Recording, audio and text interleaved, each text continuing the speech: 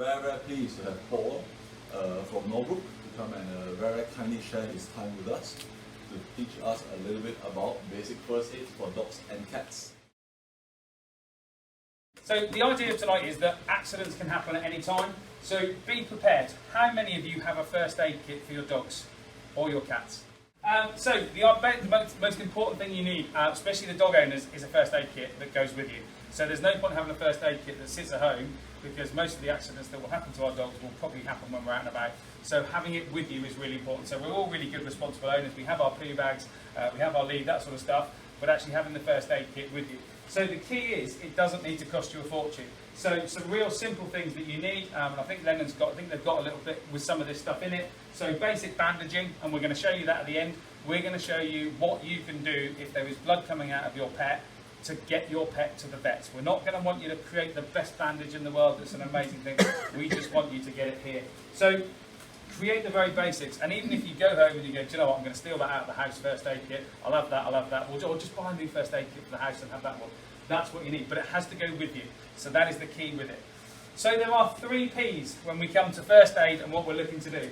So the first one is we want to preserve life. We want our pets to survive. That's the key with this, is the little bit of knowledge that hopefully we'll all gain will allow us, if something bad does happen, we're doing the best we can to preserve the life of our pet.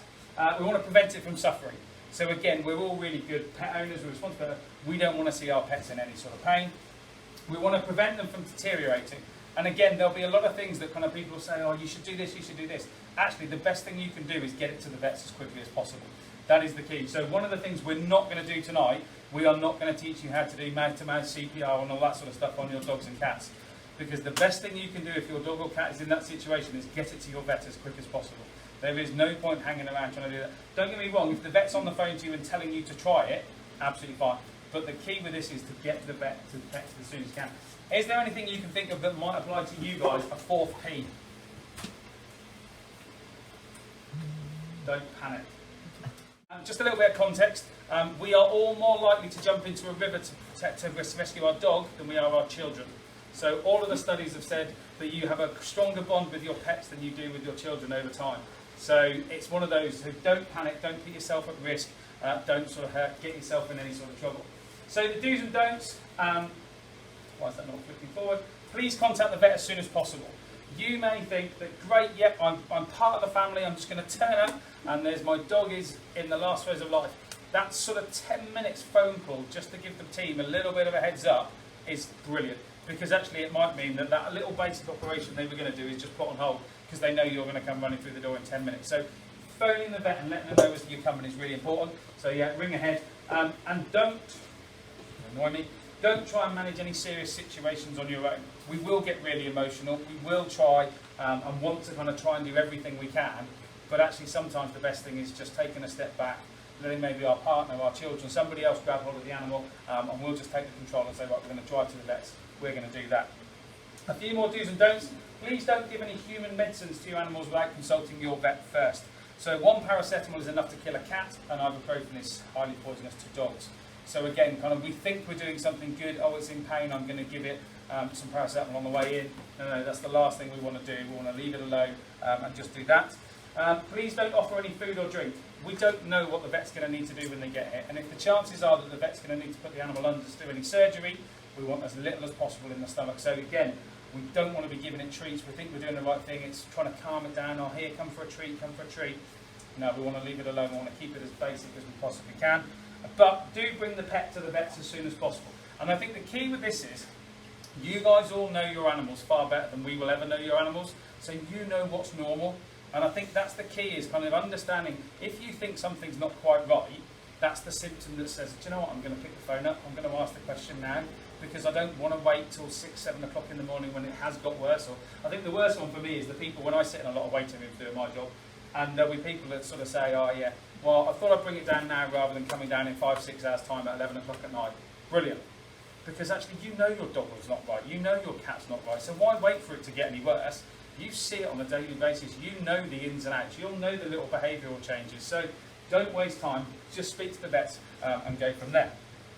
Okay. The emergency checks, the ABCs, anybody want to hazard a guess what they might be? Breathing. Yep. Breathing. Yep. Circulation, spot on, exactly the same as what we do, which is really nice and easy. So, we have our airways, we have our breathing, we have our circulation. Can anybody tell me what the normal respiration rate for a dog would be? So how many breaths per minute do you think your dog would? Dog will breathe somewhere between 10 and 30 breaths a minute. So the first thing we need to know is what's normal for our dog. So that dog's obviously slightly excited at the moment, it's breathing slightly heavier than would normally. But I always think kind of like a really nice time, we're sat in front of the telly, everything's chilled, just actually casting an eye over our pet and going, I'm just going to count this respiration rate. I'm just going to count how many breaths per minute it does. What do we think for cats, higher or lower? Yeah. So a cat will breathe between 20 and 30 breaths per minute at rest. So these are the key things. So again, these are the things that you should be making a little note of. Because when you know what's normal, you then know what's not normal. So yes, we can see the behavioural changes, but actually, if we tried to do it, what's your dog called, sir? Max. If we tried to do it on Max at the moment, Max is thinking, oh my God, I'm at the vet's. So the adrenaline has kicked in straight away, because I only normally come here when it's either something bad's happened, or I've come to that vet to stick me with a needle again. So it's one of those things that kind of, he's stressed at the moment, he doesn't look it, but it's hot, he's in a different environment. So actually, for him, his respiration rate at the moment will be higher than it would normally. So again, it's what's normal, and you guys understanding and seeing what's normal. Heart rates. So we've looked at how many times the chest is going up and down. What do we think for heart rates? Normal heart rate for a small dog. Small dog will do 100 to 160 beats per minute. Medium dog, higher or lower? Small, lower. Medium to large dog? Lower. Yeah, lower. So 60 to 100 beats per minute. Puppies, where do we think they sit? Higher. They're really difficult. So somewhere between 120 to 160. And the worst thing is that it will change as your dog goes from a puppy into an adult. It might go up and it might go down depending on the breed of the dog. So if it's a bigger dog, it's likely to come down. If it's a little dog, it might even go up a little bit. But again, it's knowing what's normal for your dog. So again, going home tonight or over the weekend and thinking, right, that man stood there and told us some things we should all know about our dogs and cats. What do we do? What do we think for cats? Key with cats, if you physically can't count your cat's heart rate, please do make an appointment to come and see the vet, because it's one of those things that, to be fair, if any of you can count 220 beats per minute, you're doing blooming well anyway. But there's a couple of conditions in older cats that a really high heart rate is a really nice, easy symptom of. So again, if you've got a cat that will allow you to lay there and allow you just to feel for a heart rate and count it, if the next month when you do this, it's gone up, if it's gone up again and it keeps going up, come and see the vets, because that's the indication. We're looking for those little subtle changes in what we do.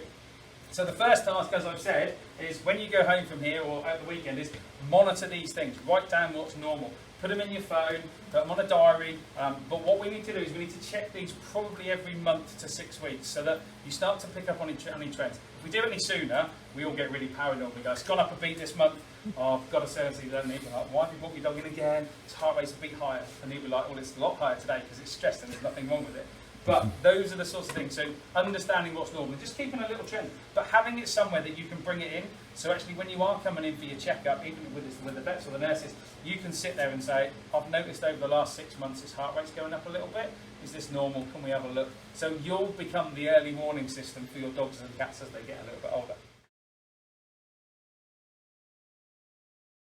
So heart rate wise, okay, heart rate, if the doggy is standing like this, usually, okay, so where the ribs is, chest, abdomen, just general, okay, so to speak. So where the widest bit is, usually at the back of the elbow, that's where the heart is. So anatomy for the heart, ish, give or take, behind the elbow, okay. You can put your fingers just behind over here, you can feel the heart rate, okay. And don't press too hard. If you press too hard, you just lose the point. So just gently put it over there and you can feel the heart rate. Just behind the elbow. Okay? For those who are even more interested, feel free to buy a stethoscope. 15 pounds, Amazon. You don't need a proper one. You just need one that allows you to feel the heart rate, listen to the heart rate easier. Why not? Okay, if you're interested in that. If not, just fingers over here. Okay? For pulse wise, there are a few different pulses you can use.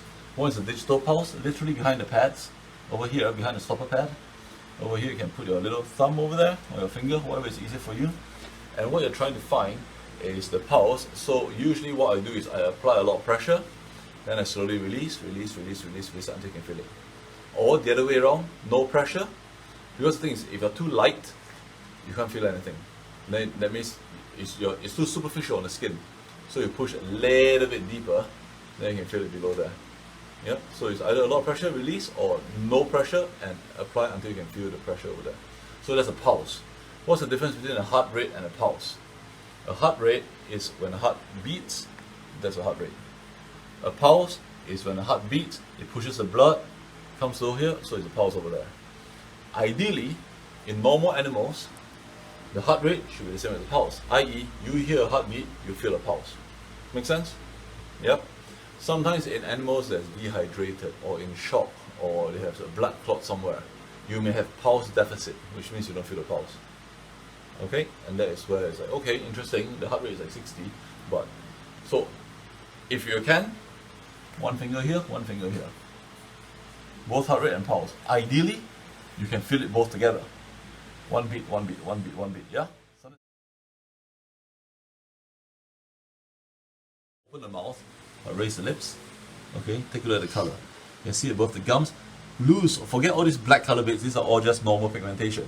But the pink color, how pink is pink? How pink is pink? So know what is normal for your dog, so you can find out what that normal is. Does it make sense?